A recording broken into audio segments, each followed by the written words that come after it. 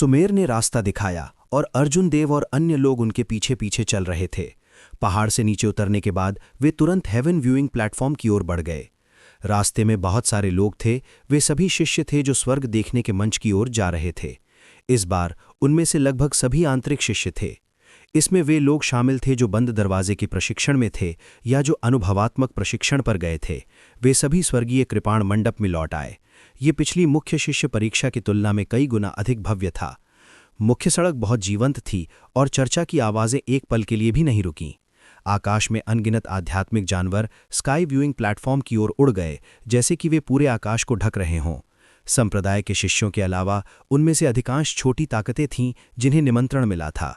आमतौर पर बड़ी ताकतों के पास अपने स्वयं के युद्धबोध होते थे। वह निश्चित रूप से एक उड़ने वाले स्पिरिट बीस्ट की सवारी नहीं करेगा, यहाँ तक कि अगर वो करता है तो वह रैंक 6 या उससे ऊपर के एक उड़ने वाले स्पिरिट बीस्ट की सवारी करेगा। तभी वो अपने पद के योग्य होगा। कभी कभी भीड़ के सिर के ऊपर कुछ मजबूत आभा उड़ गई। मार्शल किंग विशेषज्ञ, जो आमतौर पर आने में मुश्किल थे, वास्तव में आज सड़क के सामान से ज्यादा कुछ नहीं थे। एक त्वरित नज़र के साथ अर्जुन देव ने कई शिखर मार्शल किंग्स को देखा, यहाँ तक कि कुछ शिखर मार्शल किंग्स भी थे। अचानक एक अत्यंत शक्तिशाली आभा सभी के सिर के ऊपर उड़ गई। ये एक काले वस्त्र में एक बूढ़ा आदमी था और वो एक युवक के साथ हवा में चमक रहा था। इस शक्तिशाली आभा को महसूस करते हुए अर्जुन देव को एक और नज़र डालने से खुद को रोक नहीं सके। उस व्यक्ति ने उसे ये एहसास कराया कि वो एक लंबी तलवार है जो आकाश को काट सकती है, सभी दिशाओं में प्रकाश बिखेर सकती है, अजेय है। भले ही इस व्यक्ति ने अनजाने में ही अपनी आभा जारी की थी, अर्जुन देव को एक भयानक दबाव महसूस हुआ। जो व्यक्ति पहले गया था वो फिरोज प्रतीत होता है। मुझे उम्मीद नहीं थी कि वो व्यक्तिगत रूप से आएंगे। वो जिस युवक को ला रहा है वो उसका पोता लगता है। मैंने सुना है कि उनकी प्रतिभा बहुत चौंकाने वाली है। मुझे लगता है कि वो यहाँ अपनी किस्मत आजमाने के लिए आया है। एक पवित्र भूमि का आकर्षण वास्तव में बहुत अच्छा है। मुझे याद है कि जब मिस्टी स्वॉर्ड संप्रदाय के संप्रदाय गुरु अपने पोते को अपने अंतिम शिष्य के रूप में लेना चाहते थे तो उन्हें इस बूढ़े व्यक्ति ने अस्वीकार कर दिया था। क्या ये पक्का नहीं है?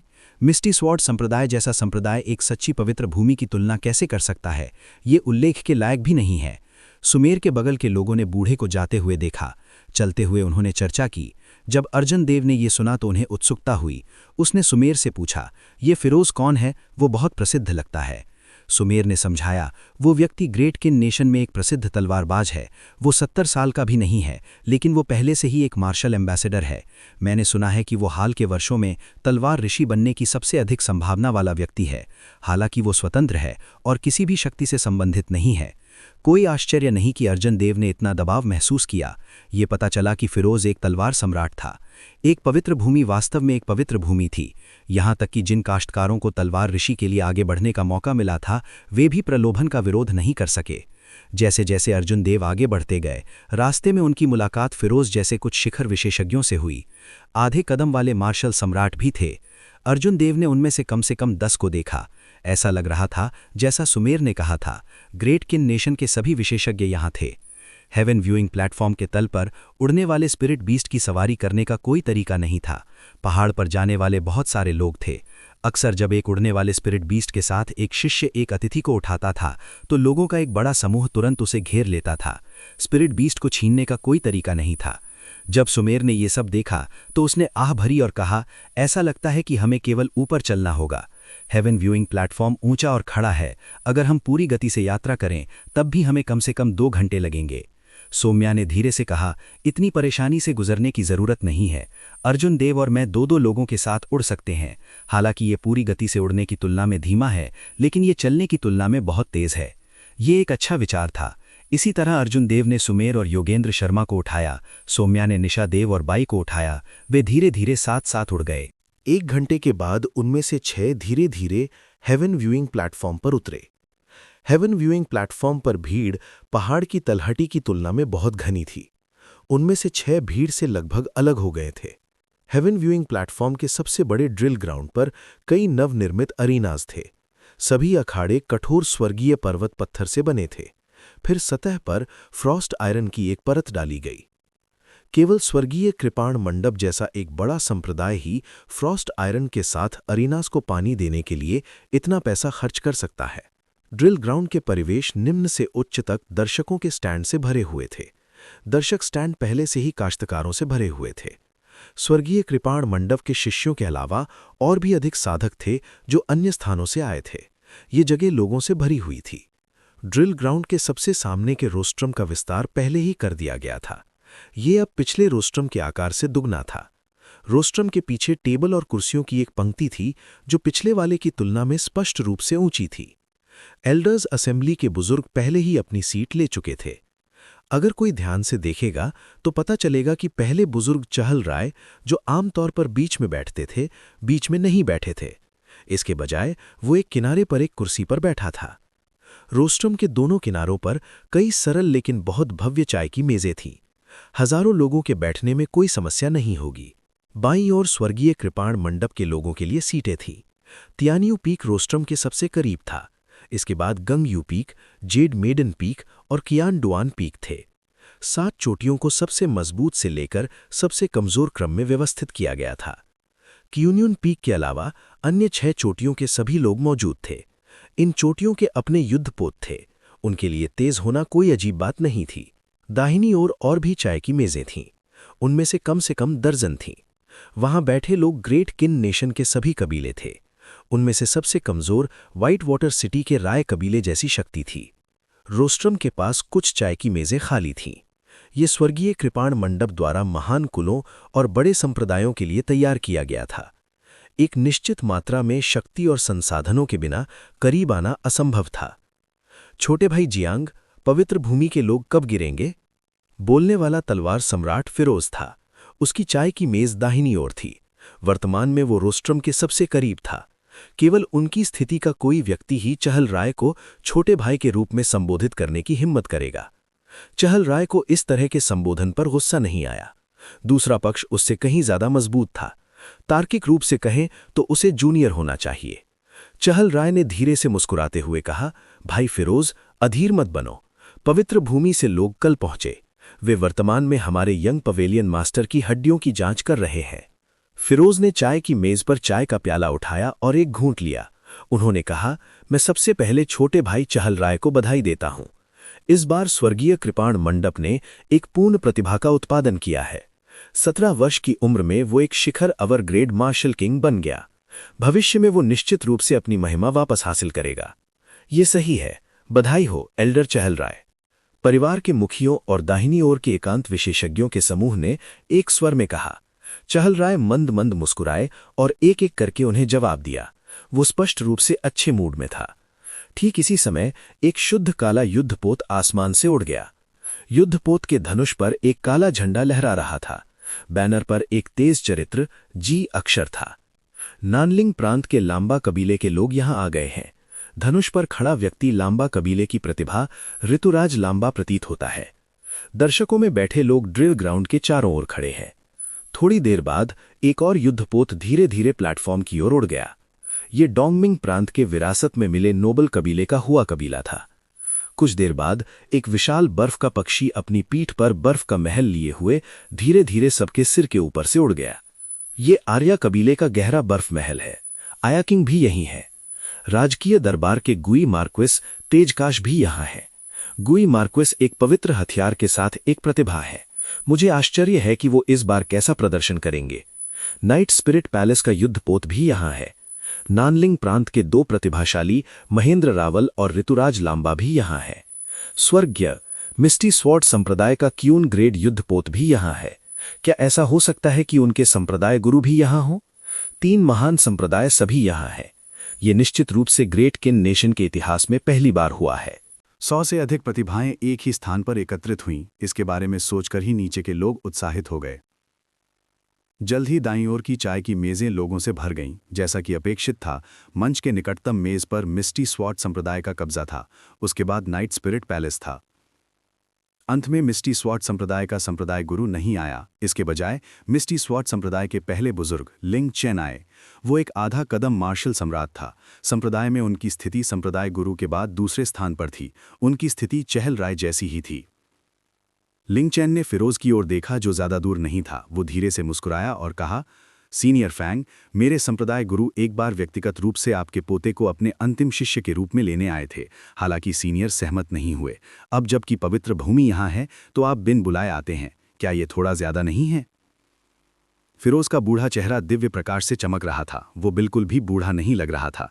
जब उसने लिंग चेन के शब्द सुने तो उसने उदासीनता से कहा, ये बूढ़ा आदमी तलवारबाजी में मिस्टी स्वॉर्ड संप्रदाय के संप्रदाय मास्टर की उपलब्धियों की प्रशंसा करता है। हालांकि ये श्रद्धा की बात नहीं है। मेरे पोते की प्रतिभा मुझसे भी अधिक है। भविष्य में वो निश्चित रूप से तलवार सम्राट बन जाएगा।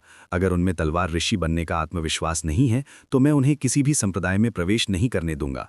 मैं उसे खुद सिखाऊंगा। उसके बगल में एक हरे कपड़े पहने युवक बैठा था जो लगभग 17-18 साल का था। उसकी नाजुक विशेषताएं थीं और वो एक युवा की तरह दिखता था। हालांकि उनका स्वभाव बहुत शांत था। जब उन्होंने पुरानी पीढ़ी को उनके बारे में बात करते हुए सुना तो उनके भाव बिल्कुल भी नहीं बदले। वो एक मूक तलवार की तरह था। लिंग चेन धीरे से मुस्कुराया और मूक युवाओं की ओर देखा। उसने उसे नज़रअंदाज कर दिया, लेकिन उसे लगा कि ये दुर्भाग्यपूर्ण है। इस युवक की प्रतिभा चमन चौधरी से थोड़ी ही कमतर थी। पीछे एक चाय की मेज पर आर्या किंग का ठंडा और सुंदर चेहरा भावहीन था। वो सामने स्वर्गीय खड़ग मंडप चाय की मेज को देख रहा था, कुछ ढूंढ रहा था। जब ऋतुराज लांबा ने आर्या किंग की निगाहें देखीं तो वो धीरे से मुस्कुराए और कहा, मिस ड्वानमू, आप किसे ढूंढ रही हैं? आर्या किंग ने अपनी निगाहें हटा लीं और उदासीनता से कहा, क्या आप अभी भी स्पष्ट नहीं हैं कि मैं किसे ढूंढ रहा हूं? साथ में मौजूद हरेंद्र रेड्डी ने बातचीत को संभाला और कहा, ऐसा लगता है कि वो व्यक्ति अभी तक नहीं आया है। मैंने उसे पिछली बार कोई कदम उठाते नहीं देखा था। कौन जानता है, हम इस बार उसकी पहचान की पुष्टि करने में सक्षम हो सकते हैं। पिछले 1 वर्ष में कुलीन कुलों के कई बाहरी शिष्यों की हिंसक मौत हो गई थी। किसी ने उनका सिर काट दिया था। ये स्पष्ट था कि कोई उन्हें इनाम का दावा करने के लिए फ्लाइंग स्नो माउंटेन मैनर में ले गया था। इन कुलीन कुलों के लिए ये कोई गंभीर मामला नहीं था। हालांकि इसने कुलीन कुलों को अपनी बहुत सारी प्रतिष्ठा खो दी। इसके अलावा 1 वर्ष से अधिक समय के बाद कुलीन कुलों को अर्जुन देव का एक निशान भी नहीं मिला था। वो दुनिया के लिए एक मजाक थे। आर्या किंग ने उदास होकर कहा, हमारे आने से पहले हमने जो समझौता किया था उसके बारे में हर किसी को कोई संदेह नहीं होना चाहिए, है ना? हरेंद्र रेड्डी की आंखों में एक जानलेवा इरादा चमक उठा। उसने उग्र रूप से कहा, चिंता मत करो, इस आदमी ने मेरे कबीले के कई बुजुर्गों को मार डाला। अगर हम इसकी पुष्टि कर सकते हैं तो मैं हरेंद्र रेड्डी आगे बढ़ने वाला पहला व्यक्ति होऊंगा। ऋतुराज लांबा की निगाहें शांत थीं और उन्होंने उदासीनता से कहा, उसने मेरे चाचा को मार डाला। मां ने मुझे पहले ही उसे मारने का आदेश दे दिया था। सबसे आगे मौजूद चमन चौधरी ने यह सब देखा। उसकी आंखों की गहराई में उपहास का भाव था। हालांकि उसने इसे बहुत अच्छी तरह से छिपा लिया। लगभग किसी ने इस पर ध्यान नहीं दिया। मिस्टी स्वॉर्ड संप्रदाय के बगल में चाय की मेज पर महेंद्र रावल ने धीरे से चाय का प्याला पकड़ लिया। कभी कभी वो दाईं ओर की खाली चाय की मेज पर नजर डालता था। वो किंगयून पीक के लिए आरक्षित चाय की मेज थी। उसके बगल में म्यूयान खस्य और शी फेंग चुपचाप बैठे थे। पवित्र स्थलों के लोगों के करीब रहने के लिए शी फेंग ने इस बार शी परिवार की मेज नहीं चुनी। इसके बजाय वो नाइट स्पिरिट पैलेस की महिमा का आनंद लेना चाहता था। इसलिए वो दाईं ओर की दूसरी मेज पर बैठ गया। सबसे बड़े भाई, ऐसा लगता है कि साथी अभी तक बाहर नहीं आया है। आपने मेरी ओर से उसे सबक सिखाने का वादा किया था। आप अपने वचन से पीछे नहीं हटेंगे, है ना? महेंद्र रावल धीरे से मुस्कुराया और उसकी आंखों की गहराई में तांबे का दर्पण निरंतर घूमता रहा। उसने चाय का प्याला मेज पर रखा और कहा, चिंता मत करो, तुमने मुझे 1000 मीडियल ग्रेड स्पिरिट स्टोन दिए। तुम्हारी चीजें व्यर्थ में नहीं लूंगा। इस बार नाइट स्पिरिट पैलेस के लोगों का नेतृत्व संप्रदाय के पहले बुजुर्ग थे। वो चाय की मेज के सबसे आगे बैठ गया। जब उसने महेंद्र रावल की बातें सुनी तो वो थोड़ा भौहें सिकोड़ गया और कहा, चांगशु, नाइट स्पिरिट पैलेस का पवित्र भूमि के साथ संबंध बन सकता है या नहीं, ये आप और म्यूयान खस्य पर निर्भर करता है। अपनी व्यक्तिगत द्वेष के कारण महत्वपूर्ण मामले को मत खराब करो। महेंद्र रावल ने आदरपूर्वक उत्तर दिया, पहले बुजुर्ग सही कह रहे हैं। हालांकि मैं जूनियर भाई शी की भी मदद करूंगा। मैं उसे अपना गुस्सा निकालने में मदद करूंगा और ठेवनेट्रेबल 7 पवेलियन के लोगों को बताऊंगा कि हमारे नाइट स्पिरिट पैलेस के लोगों को इतनी आसानी से नहीं धमकाया जाता। पहले बुजुर्ग ने सिर हिलाया और कहा, मैंने शी फेंग के मामले के बारे में भी सुना। उन्होंने वास्तव में नाइट स्पिरिट पैलेस की प्रतिष्ठा को धूमिल कर दिया है। आपके लिए अच्छा होगा कि आप इस व्यक्ति को सबक सिखाएं। हेवन व्यूइंग प्लेटफॉर्म की सड़कों पर भीड़ के बीच बहादुरी से आगे बढ़ रहे अर्जुन देव को नहीं पता था कि उनके प्रकट होने से पहले ही उन्होंने अनगिनत लोगों का ध्यान अपनी ओर खींचा था। सौम्या ने भीड़ की ओर देखा और कहा, योगेश, बहुत सारे लोग हैं, ये समय की बर्बादी है। आइए एक रास्ता खोलने के लिए मिलकर काम करें। अर्जुन देव का ये इरादा बहुत पहले से था। भीड़ में इतनी भीड़ थी कि उसे निराशा महसूस हुई। उन दोनों ने तुरंत अपनी ऊर्जा छोड़ दी और एक शंकु के आकार का शॉकवेव बनाया। 2 क्रूर ऊर्जाएं एक साथ विलीन हो गईं और तुरंत भीड़ के बीच से एक चौड़ा रास्ता खोल दिया। समूह ने अपने आसपास के लोगों के शापों को नजरअंदाज कर दिया और उनकी गति को कई गुना बढ़ा दिया। सुमेर ने मुस्कुराते हुए कहा, हमें ये बहुत पहले कर लेना चाहिए था। जब योगेश और मैं किंगयून पीक के लिए लड़ेंगे और अच्छा प्रदर्शन करेंगे तो हम एक उड़ने वाले युद्धपोत का अनुरोध करने के लिए एल्डर्स असेंबली में जाएंगे। भविष्य में हमें इतना परेशान नहीं होना पड़ेगा। 10 मिनट बाद 6 लोगों का समूह आखिरकार ड्रिल ग्राउंड के द्वार पर पहुंचा। सोम्या ने उसे गोल्डन आइडेंटिटी टोकन सौंप दिया। सोम्या को अपना सुनहरा पहचान चिन्ह सौंपने के बाद बाहर के शिष्य तुरंत 6 को एक गुप्त मार्ग पर ले गए। वे उन्हें दूसरों की तरह दर्शक स्टैंड तक नहीं ले गए। गुप्त पथ का निकास वास्तव में मंच के पीछे था। उस शिष्य ने सम्मानपूर्वक कहा, मार्शल आंटी लियू, चलो जल्दी से ऊपर चलते हैं, बुजुर्ग पहले से ही लंबे समय से इंतजार कर रहे हैं। सोम्या द्वारा धन्यवाद व्यक्त करने के बाद वो 5 को मंच की चूना पत्थर की सीढ़ियों तक ले गई। इससे पहले कि वे मंच पर पहुंचे, अर्जुन देव को मजबूत आभा महसूस हो रही थी। कुछ ऐसे भी थे जिनसे वो परिचित था। सीढ़ियों की लंबी उड़ान चढ़ने के बाद समूह आखिरकार शीर्ष पर पहुंच गया। अर्जुन देव ने तुरंत महसूस किया कि अनगिनत निगाहें उन पर निर्देशित हैं। अर्जुन देव ने नीचे देखा और शांत रहे। उसने इन सभी निगाहों को नजरअंदाज कर दिया। सोम्या को देर हो गई है, पहले बुजुर्ग कृपया मुझे क्षमा करें, सोम्या ने चहल राय से कहा, जो मंच पर थे, मुट्ठी भर की सलामी के साथ। चहल राय ने धीरे से मुस्कुराते हुए कहा, आपको देर नहीं हुई है, पवित्र भूमि से लोग अभी तक नहीं आए हैं, पहले एक सीट लें। मैं योगेश के लिए प्रतीक्षा से भरा गया हूं। सभी के बैठने के बाद नौकरों ने तुरंत मेज पर कुछ स्नैक्स और फल रख दिए। फिर उन्होंने चाय के कपों को पानी से भर दिया। जब अर्जुन देव ने बियान पीक के पीक मास्टर सॉन्ग क्यू की आकृति को देखा तो उनकी आंखों में एक कातिलाना इरादा चमक उठा। उसने निगाहें हटाने से पहले सॉन्ग क्यू को एक गहरी नजर दी। अब इस व्यक्ति से निपटने का समय नहीं था। एक बुजुर्ग की गारंटी के बिना अगर उसने इस व्यक्ति को मार डाला तो वो पूरे स्वर्गीय साबर मंडप को नाराज कर देगा। सॉन्ग क्यू, जिसकी पीठ अर्जुन देव की ओर थी, को ऐसा लगा जैसे किसी ने उसकी पीठ को तराशने के लिए एक तेज चाकू का उपयोग किया हो। ये अतुलनीय रूप से दर्दनाक था। ये उस ब्रैटे की हत्या का इरादा होना चाहिए। ये सोचना बहुत डरावना है। सॉन्ग क्यू ने अपनी बची हुई मुट्ठी को कसकर पकड़ लिया। उसका हृदय घृणा से भर गया था। जब अर्जुन देव मंच पर चले गए तो फिरोज के बगल में नाजुक युवक की भौहें थोड़ी ऊपर उठ गईं। उसकी शांत आंखों में एक तेज चमक दिखाई दी। वो मदद करने से नहीं रोक सका और अपने तलवार के इरादे को छोड़ दिया। क्या चल रहा है? मैं अपने तलवार के इरादे को नियंत्रित नहीं कर सकता। युवक चौंक गया। उसने अर्जुन देव की ओर सावधानी से देखा। तलवार का इरादा केवल इस तरह से प्रतिक्रिया करेगा जब उसे खतरा या एक मजबूत हत्या का इरादा महसूस हो जो अपने मालिक को खतरे से बचाता है। हालांकि युवक को अर्जुन देव की ओर से हत्या का कोई इरादा नहीं महसूस हुआ। अर्जुन देव सफेद वस्त्र पहने हुए थे और उनके चेहरे पर शांत भाव थे। उनकी भावनाओं में कोई उतार चढ़ाव नहीं था। युवक थोड़ा भौहें चढ़ाता था। वो इसका पता नहीं लगा सकता था कि वो इसके बारे में कैसे भी सोचता था। तो वो फिरोज के कान में फुसफुसाया। जब फिरोज ने ये सुना तो उसे भी अजीब लगा। उसने अर्जुन देव की ओर गहरी दृष्टि से देखा।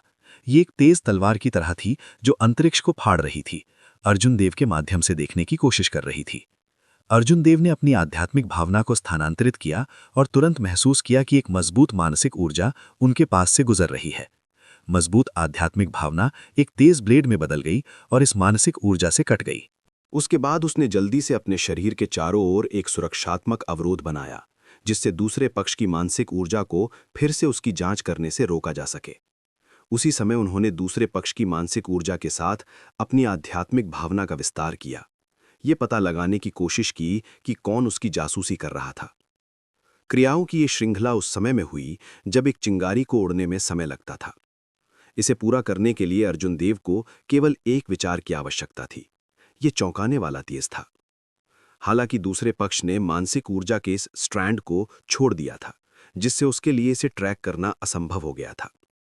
अर्जुन देव की आध्यात्मिक चेतना ने एक बार हवा को स्कैन करने के बाद वो केवल असहाय होकर लौट सके। हालांकि उन्होंने अपनी आध्यात्मिक भावना द्वारा बनाई गई सुरक्षात्मक बाधा को बनाए रखा। जैसे ही अर्जुन देव ने भीड़ की ओर देखा, उन्हें कुछ संदेह हुआ। वास्तव में वो कौन था जो उसकी जासूसी कर रहा था? पहले की वो मजबूत मानसिक ऊर्जा एक नियमित मार्शल किंग की तुलना में पूरी तरह से अलग स्तर पर थी। केवल आधे कदम वाले मार्शल मोनार्क या मार्शल मोनार्क ही ऐसी क्षमता रखेंगे। हाफ स्टेप मार्शल मोनार्क और मार्शल मोनार्क ऐसे लोग नहीं थे जिन्हें अर्जुन देव नाराज कर सकता था। अगर वो उन्हें ढूंढ भी लेता तो भी ये बेकार हो जाता। मैं बस उन पर नजर रखूंगा। ये सोचकर अर्जुन देव ने अपनी निगाहें हटा लीं और उन्हें नजरअंदाज कर दिया। दूसरी तरफ जब फिरोज ने अर्जुन देव की प्रतिक्रिया की गति और उनकी मजबूत मानसिक ऊर्जा को देखा तो वो अवाक रह गए। उन्हें उम्मीद नहीं थी कि अर्जुन देव इतनी जल्दी प्रतिक्रिया देंगे। हालांकि वो अंततः समझ गया कि उसके पोते की तलवार का इरादा अनियंत्रित रूप से क्यों फूट पड़ा था। साहिल, जब तुम बाद में इस व्यक्ति से मिलो तो सावधान हो जाओ। ये व्यक्ति नरसंहार की एक अत्यंत मजबूत स्थिति को छिपा रहा है। तलवार की आपकी इच्छा पहले ही छोटी पूर्णता तक पहुंच गई है। आप उससे खतरा महसूस कर सकते हैं। यही वजह है कि आपने स्वचालित रूप से खुद को सुरक्षित रखा। फिरोज ने अपनी आवाज पेश की और साहिल को सब कुछ बता दिया जो उसने देखा। मूल रूप से उन्होंने थोड़ा और निरीक्षण करने का इरादा किया था। कौन जानता था, अर्जुन देव की प्रतिक्रिया बहुत तेज थी। इसके अलावा उनकी मानसिक ऊर्जा अजीब तरह से मजबूत थी। फिरोज केवल नरसंहार की स्थिति से संबंधित कुछ देखने में कामयाब रहा। पवित्र भूमि से लोगों के आने का इंतजार करते हुए चाय की मेज पर भीड़ ने बातें करना शुरू कर दिया। आखिरकार बहुत सारी प्रतिभाएं थीं। आमतौर पर उनके लिए एक साथ इकट्ठा होना और मार्शल कल्टीवेशन की समस्याओं पर चर्चा करना दुर्लभ होता था। ये सभी के लिए फायदेमंद होगा। लगभग 1 घंटे बाद अचानक आसमान में 10,000 मीटर ऊंचे बादलों में लाल सूरज दिखाई दिया। जब भीड़ ने ध्यान से देखा तो उन्हें पता चला कि यह असली सूरज नहीं था। इसके बजाय ये एक विशाल आग से लाल पक्षी था जो सिर से पूंछ तक जुड़ा हुआ था। हर पंख पर लाल रंग की लौ थी जो दधक रही थी और असीम रूप से देदीप्यमान थी। एक नज़र से ये दूसरे सूरज की तरह लग रहा था। ड्रिल मैदान में हवा तुरंत झिलझिलाटी गर्म हो गई। ऐसा लग रहा था जैसे सारी हवा सूख गई हो, जिससे सांस लेना मुश्किल हो गया। ची! एक मधुर फीनिक्स रोन गूंज उठी। सिंदूर पक्षी ने अपने पंख फड़फड़ाए और उड़ गए। तुरंत एक प्राचीन पवित्र जानवर की शक्ति पूरे ड्रिल मैदान में फैल गई। कई विशेषज्ञों ने दबाव की एक लहर महसूस की। उनके शरीर में मार्शल स्पिरिट्स बेचैनी से हिल रही थीं। उन्हें अपने दिल की गहराइयों से एक सहज भय महसूस हुआ। उनका सार अराजक हो गया। उनके शरीर के माध्यम से अनियंत्रित रूप से उत्पात मचाया। उनके मेरिडियन में दर्द हो रहा था। काश्तकारों ने अपने शरीर में अराजक सार को जल्दी से दबाया और अपने दिमाग को स्थिर किया, जिससे वो अपनी बेचैन मार्शल स्पिरिट्स को नियंत्रित कर सके। हुह! आग से लाल सिंदूर पक्षी ने धीरे से अपने पंख फड़फड़ाए और अपनी दिव्य शक्ति को वापस ले लिया। भीड़ को तुरंत महसूस हुआ कि उन पर दबाव कम हो गया। उन्हें जो भी असुविधा महसूस हुई वो गायब हो गई और उन्होंने बहुत अधिक आराम महसूस किया। ये पवित्र पशु सिंदूर पक्षी है। कितना भयानक दबाव है। सौभाग्य से ये केवल एक पल के लिए चला, अन्यथा मैं अपनी मार्शल स्पिरिट को अब और नहीं दबा पाऊंगा। लड़ाई से पहले भी मेरा सार अराजकता में है और मेरी मार्शल स्पिरिट्स पहले से ही कंट्रोल से बाहर है। अगर मैं पवित्र भूमि के लोगों से भिड़ता हूं तो शायद मैं एक चाल में हार जाऊंगा। पवित्र भूमि के लोग वास्तव में ऐसे लोग नहीं हैं जिनका हम अनुमान लगा सकते हैं। वे बहुत मजबूत हैं। दर्शकों की भीड़ ने सभी आकाश की ओर देखा। जब उन्होंने सुंदर लाल रंग के सिंदूर पक्षी को देखा तो उनकी आंखें कट्टरता और विस्मय से भर गईं। दूसरों की तुलना में अर्जुन देव को कुछ भी महसूस नहीं हुआ। उन्हें बिल्कुल भी दबाव महसूस नहीं हुआ। सॉन्ग क्यू ने पहले ही उसकी मार्शल स्पिरिट को चकनाचूर कर दिया था और ये उसके शरीर में 300 से अधिक एक्यू पॉइंट्स में छिपा हुआ था। उसके शरीर में केवल एक क्यू भंवर बचा था, इसलिए उनकी अभिव्यक्ति शांत थी। सब कुछ सामान्य था। आकाश में उग्रलाल सिंदूर पक्षी को देखकर अर्जुन देव के होंठ एक मजाकिया मुस्कान में मुड़े हुए थे।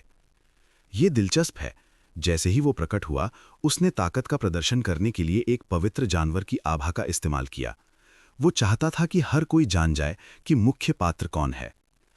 अब ये कुछ बार हवा में चारों ओर चक्कर लगाता है, लेकिन फिर भी नीचे आने से इनकार कर देता है। क्या ये भीड़ का ध्यान इतना पसंद करता है?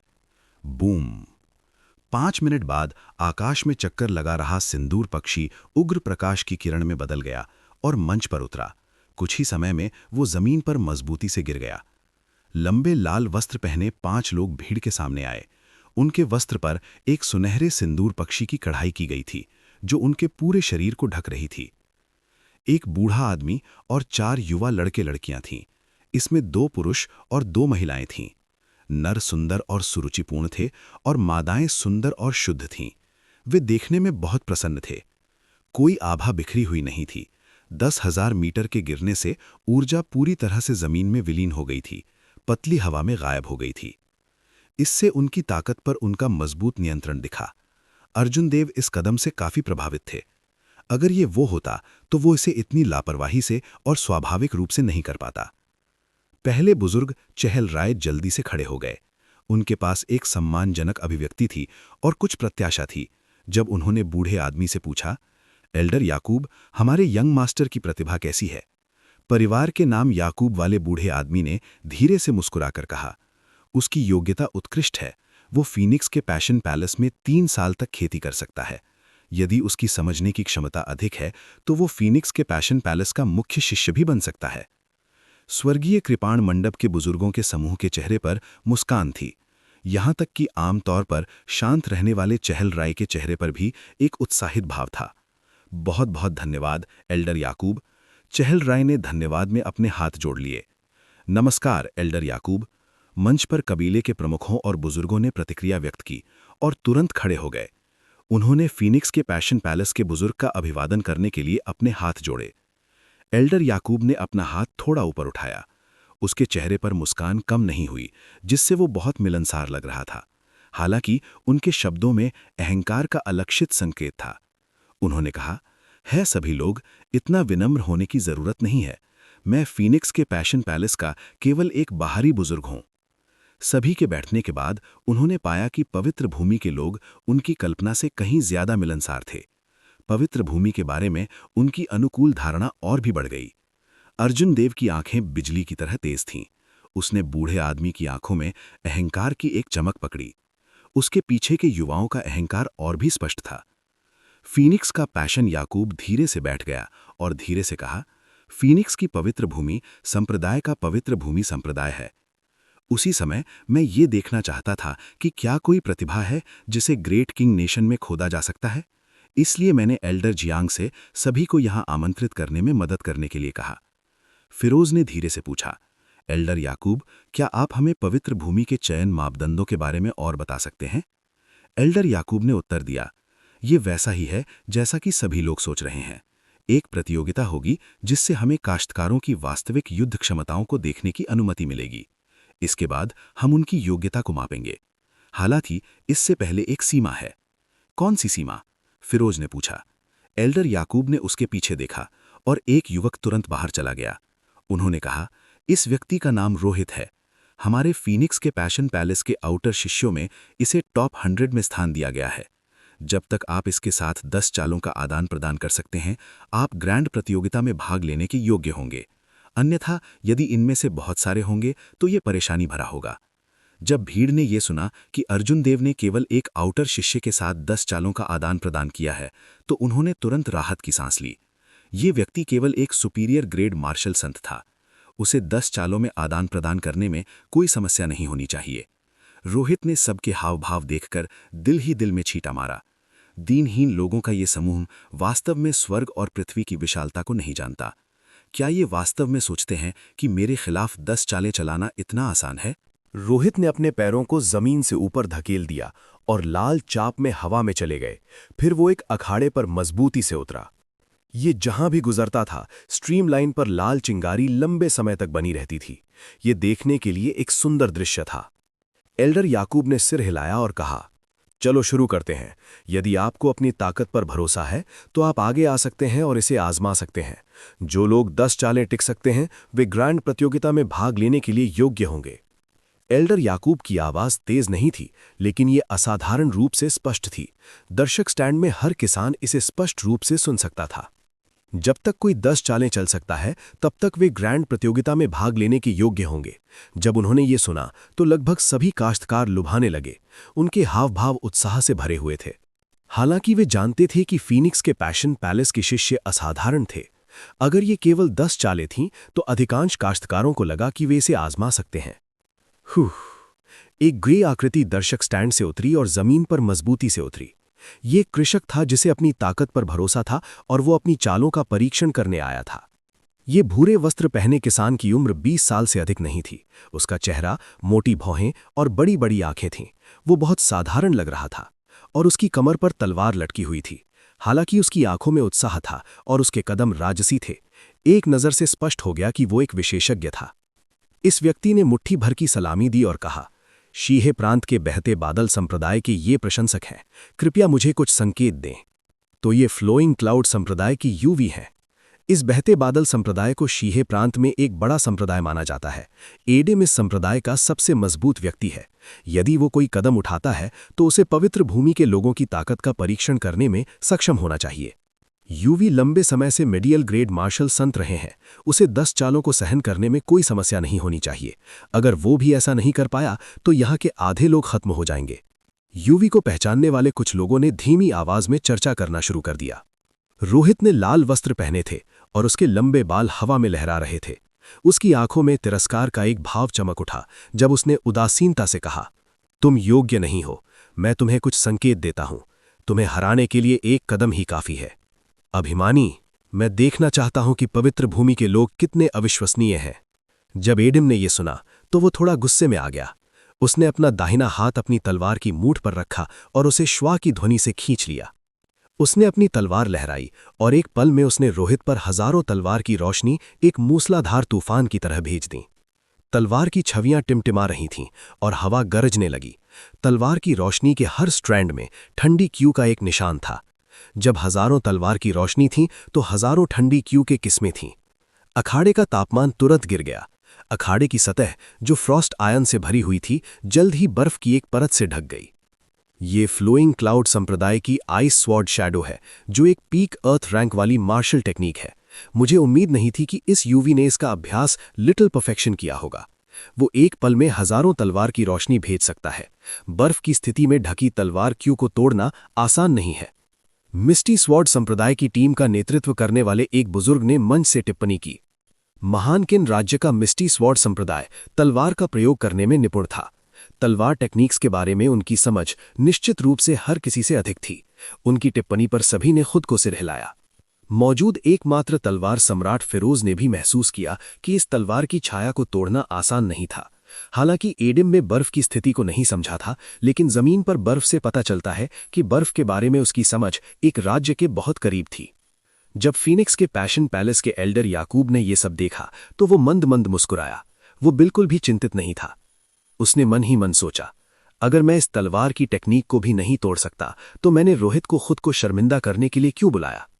रोहित ने जब आइस स्वॉर्ड शैडो को आसमान में भरते हुए देखा तो उसके होंठ का कोना मुड़ गया। उन्होंने एक मजाकिया अभिव्यक्ति प्रकट की, तुमने बर्फ की स्थिति को भी नहीं समझा और तुम बाहर आकर खुद को शर्मिंदा करने में शर्म नहीं आती? पिघल जाओ। रोहित के बोलने के बाद उसके पैरों के नीचे एक लाल लपटों का अंगूठी दिखाई दिया। लपटें उसके पैरों से उठीं और उसके शरीर के चारों ओर चक्कर लगा लिया। अंत में उन्होंने एक उगरी लाल सिंदूर पक्षी की छवि बनाई। जी। रोली के शरीर से नग्न आंखों के लिए अदृश्य गर्मी की एक लहर फैल गई। जमीन पर बर्फ तुरंत जलवाष्प में वाष्पित हो गई। थोड़ी देर बाद आइस स्वॉर्ड शैडो धीरे धीरे हवा में पिघल गई। जब ये रोहित से 10 मीटर की दूरी पर था तो आइस स्वॉर्ड शैडो पर ठंडी क्यूई सभी भाप में वाष्पित हो गई थी। ठंडी क्यूई के गायब होने के साथ आइस स्वॉर्ड शैडो पूरी तरह से टूट गई थी। सभी आइस स्वॉर्ड शैडो स्वचालित रूप से हवा में फैल गए। दर्शक स्टैंड में हर किसी के मुंह थे। उन्होंने कभी नहीं सोचा था कि हजारों तलवार की छाया इतनी आसानी से टूट जाएगी। सभी को लग रहा था कि आइस स्वॉर्ड शैडो रोहित को चोट नहीं पहुंचा पाएगी। हालांकि उन्हें उम्मीद नहीं थी कि वो बिना कोई कदम उठाए इसे तोड़ देगा। फिरोज को अचानक समझ में आ गया। उन्होंने बुदबुदाया, एक ने एक राज्य को भी नहीं समझा है, जबकि दूसरे ने आग की स्थिति को महान पूर्णता तक समझ लिया है। इसके अलावा उसे एक प्राचीन दिव्य जानवर मार्शल स्पिरिट का समर्थन प्राप्त है। वे पूरी तरह से अलग स्तरों पर हैं। अखाड़े में असीम भाप फैल गई जो रोहित की आकृति को धुंध की तरह ढक रही थी। हू ची। भाप ने हवा में भर दिया और एक उग्र लाल आकृति आकाश में उड़ गई। फिर वो लाल बत्ती की किरण में बदल गया और तेजी से आदीन की ओर उड़ गया। पा। जब रोहित हवा में थे तो उन्होंने करीब आने से पहले ही हथेली पर प्रहार किया। जब ताल की हवा से टकराई तो इसने एक असीम दहाड़ दी और एक तीव्र क्यूई बवंडर का गठन किया। क्यूई बवंडर से आग की लपटें निकलीं। एक पल में रोहित के हथेली के प्रहार से एक बड़ा ज्वलंत बवंडर निकल आया। जलते हुए बवंडर ने हवा में एक अजीब गठन किया। ये अस्पष्ट रूप से सिंदूर पक्षी के सिलुहट की तरह लग रहा था। हालांकि ये हथेली की चोट सरल लग रही थी, लेकिन वास्तव में ये बहुत गहरी थी। जब आदिम ने आकाश में जलते हुए बवंडर को देखा तो उसकी अभिव्यक्ति काफी बदल गई। उसने अपनी तलवार के तल पर 2 उंगलियां रखीं और तेजी से ऊपर की ओर खिसक गया। हर बार जब उसकी उंगलियां ऊपर की ओर खिसकीं, तलवार पर रोशनी तेज हो गई। जब उसकी उंगलियां तलवार की नोक से फिसल गईं तो एक असीम दैदीप्यमान तलवार की रोशनी आकाश में उड़ गई। तलवार की रोशनी 30 मीटर लंबी और बेहद तेज थी। इसकी आभा विशाल और शक्तिशाली थी, जो आकाश में सभी लपटों को बिखेरने की कोशिश कर रही थी। अचानक रोहित हवा में चिल्लाया। अपने डेंटियन के ऊपर वर्मिलियन बर्ड मार्शल स्पिरिट ने तुरंत एक मधुर रोना छोड़ा। पवित्र शक्ति का एक किनारा बिजली की गति से आदिम पर गोली चलाई। विशाल पवित्र शक्ति के कारण आदिम के शरीर में मार्शल स्पिरिट अनैच्छिक रूप से कांपने लगा। उसका सार तुरंत अस्थिर हो गया। अतुलनीय रूप से तेज तलवार की रोशनी ने तुरंत ढीले होने के संकेत दिखाए। ये अतुलनीय रूप से तेज आभा एक पल में बिना किसी निशान के गायब हो गई।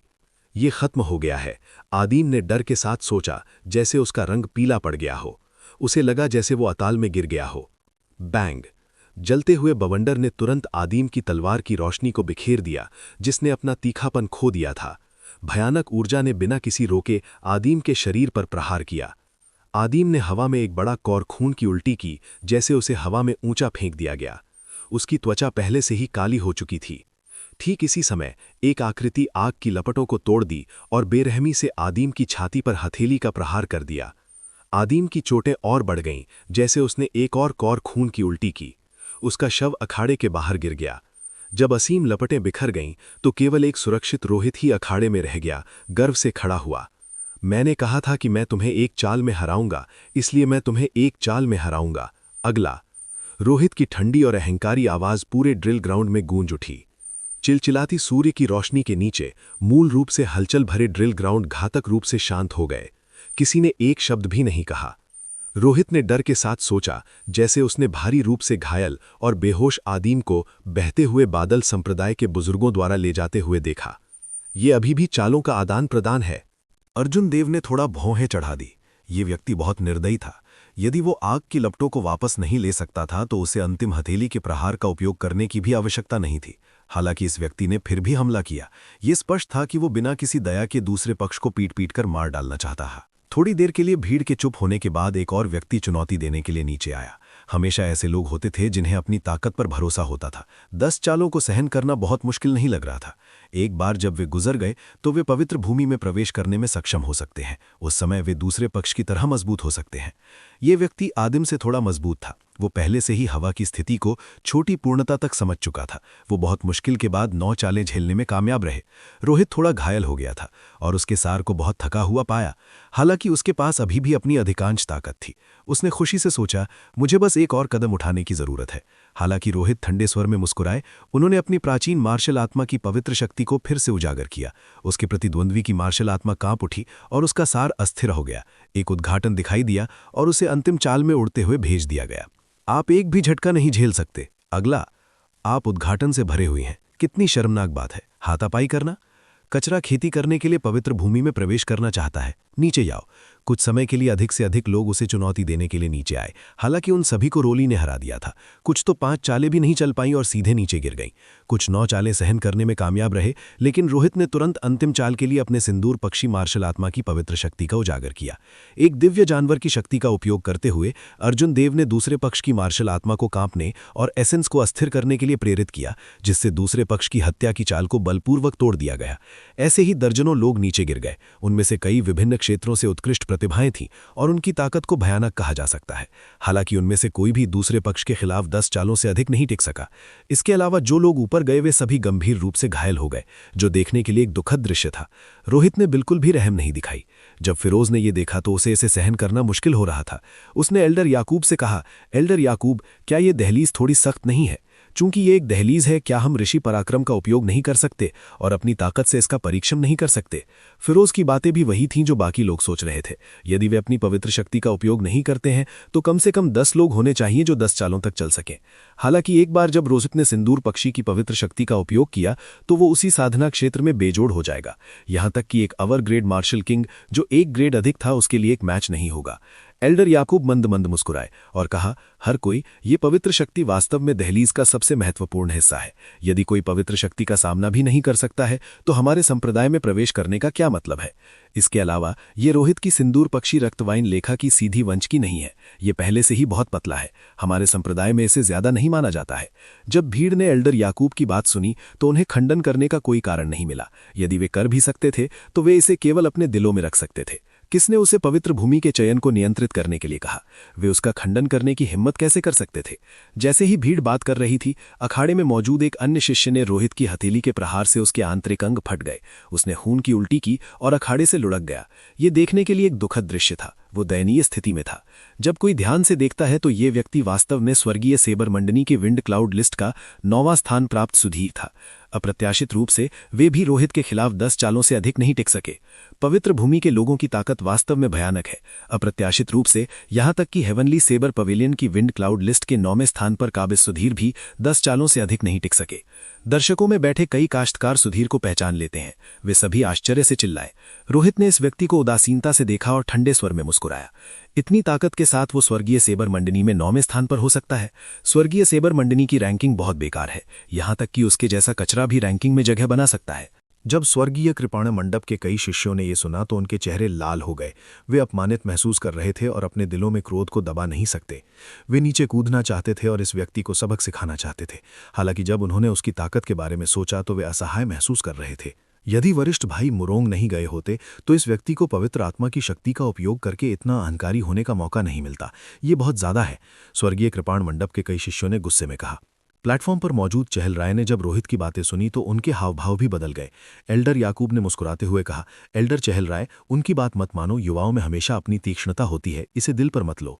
जब चहल राय ने एल्डर याकूब को रोहित का पक्ष लेते हुए सुना तो वो ये संकेत देने के लिए शर्मिंदगी से मुस्कुराया कि ये ठीक है। फिर उन्होंने मंच के नीचे अर्जुन देव को देखा। कुछ देर सोचने के बाद उन्होंने कहा, योगेश, नीचे जाओ और पवित्र भूमि के इस शिष्य के साथ चाल का आदान प्रदान करो। 10 चालें चलेंगी। 10 चालें? उस स्थिति में 10 चाल? अर्जुन देव ने रोहित को देखते हुए मन ही मन सोचा, जो उसे मजाक की दृष्टि से देख रहा था। योगेश, सावधान रहो, सौम्या ने चाय की मेज के नीचे अर्जुन देव का हाथ पकड़ते हुए चिंतित होकर कहा। अर्जुन देव ने अपना सिर घुमाया और सौम्या की ओर देखा। उसके नाजुक चेहरे पर कोई डर नहीं था। वो धीरे से मुस्कुराया और कहा, यह ठीक है, वो मेरे लिए मैच नहीं है, मैं उसे 3 चालों में हरा सकता हूं। हु ची। अर्जुन देव धीरे से खड़े हुए और अपने पैरों से जमीन से धक्का दिया। वो प्रकाश की बैंगनी किरण में बदल गया और तुरंत अखाड़े में उतर गया। ये योगेश है। योगेश बाहर आया। मुरोंग चोंग के बिना भी योगेश निश्चित रूप से हमारे लिए बदला लेंगे। वास्तव में हम योगेश के बारे में कैसे भूल सकते हैं? योगेश ने इससे पहले मुरोंग चोंग को भी हराया था। वो निश्चित रूप से 10 चालों तक चलने में सक्षम होगा। योगेश, हमें निराश मत करो। अखाड़े के नीचे स्वर्गीय कृपाण मंडप के शिष्यों ने सफेद वस्त्र पहने अर्जुन देव को देखा, जो शांत भाव से मैदान में उतरे थे। उनके मूल रूप से शक्तिहीन दिल फिर से गर्म खून वाले हो गए थे, क्योंकि वे खुश हो रहे थे। उनका खून अभी तक ठंडा नहीं हुआ था और उनके धड़कते दिल अभी भी जल सकते थे। जब गंभीर रूप से घायल सुधीर ने योगेश को प्रकट होते देखा तो उसने अडिग होकर कहा, क्या वो योगेश है? हाल ही में मैं शीहा प्रांत में ये नाम बहुत सुन रहा हूं। वो वही था जिसने ब्लैक ड्रैगन नदी पर दुष्ट जानवर को मार डाला था।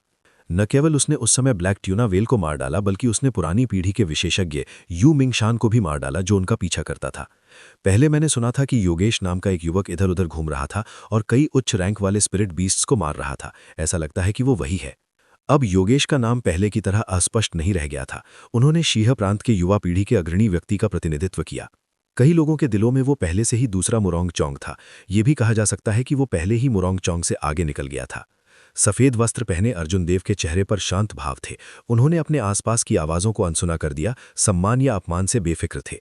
एक खाली प्रतिष्ठा हमेशा के लिए खाली प्रतिष्ठा ही रहेगी। चिंतित या खुश होने की जरूरत नहीं थी। रोहित के होठों का कोना मुड़ा हुआ था, जिससे उसके सुंदर चेहरे पर एक मजाकिया अभिव्यक्ति दिखाई दे रही थी।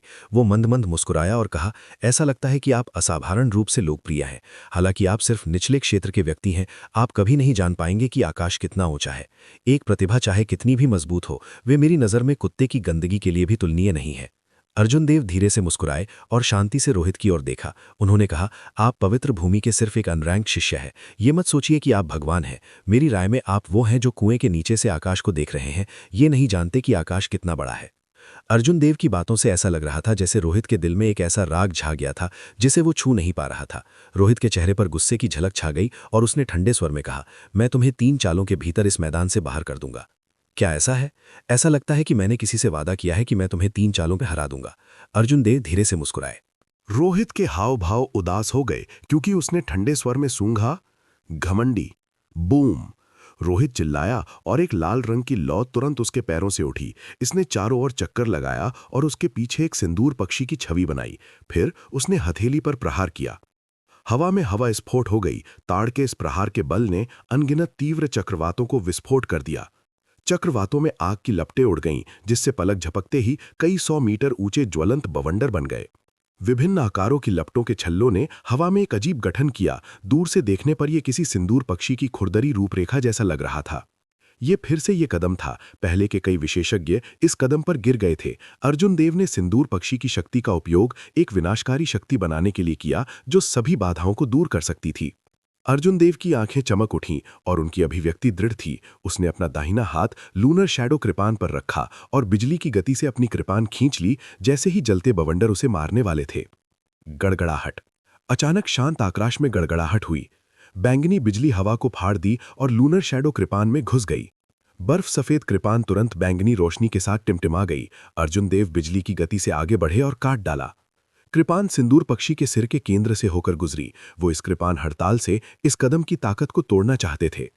तेज कृपान हड़ताल में गड़गड़ाहट की सबसे शुद्ध स्थिति थी। कृपान की रोशनी जहां जहां गुजरी, उसने सब कुछ फाड़ दिया। पूसी। ड्रिल ग्राउंड में हर कोई अपने मन में एक सिंदूर पक्षी की करुण चीख सुन रहा था। फिर जलते बवंडर और भयानक बवंडर की परतें बिखर गईं। बिखरे हुए जलते बवंडर आसपास के वातावरण में बेहाली से उड़ गए। अखाड़े की 4 बाड़ों को तब तक उड़ा दिया जब तक कि केवल 4 अकेले खंबे नहीं रह गए। खंबे काले रंग के थे। क्या है? क्या है?